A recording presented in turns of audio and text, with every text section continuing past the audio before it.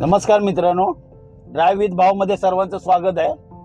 तर आज मी ना तुम्हाला वॉचमॅन आणि ड्रायव्हर हे एक ना मांजर आणि उंदीर यांची दुश्मनी असल्यासारखी असते।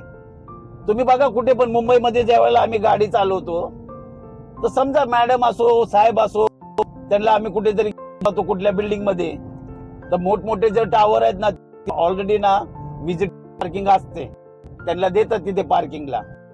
काय छोट्या बिल्डिंग आहेत तिथे आम्ही त्यांना घेऊन गेलो, ते पहिले बोलतात साहब को छोड़ा है ना, गाड़ी बाहर लेना। आम्ही त्यांना रिक्वेस्ट केली, अरे बाबा थोड़ा एक 5-10 मिनट में तो आने वाला है साहब। नहीं नहीं, पहला बाहर निकालो, इधर हमारा गाड़ी आने वाला है।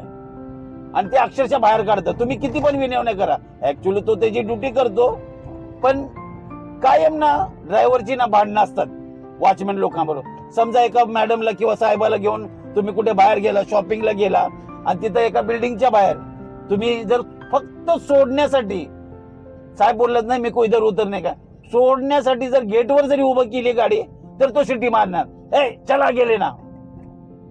समजा कुठे पार्किंगला जागा नसेल, एका गेटच्या बाहेर आपण उभी केली, ते त्यांच्या मते ते बरोबर आहेत, पण मुंबईमध्ये ट्रॅफिकची समस्या एवढी आहे ना की तुम्हाला अक्षरशः कुठल्या गेटवर कधी कधी उभा राहावं लागतं, ना इलाज असतं।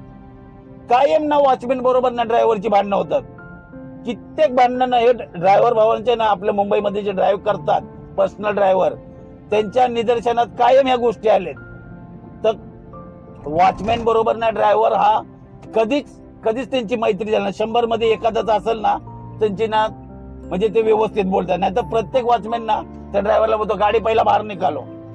तर ही गोष्ट ना हा आपला विषय आहे। तर तुम्हाला हा व्हिडिओ कसा वाटला नक्की लाईक करा आणि शेअर करा।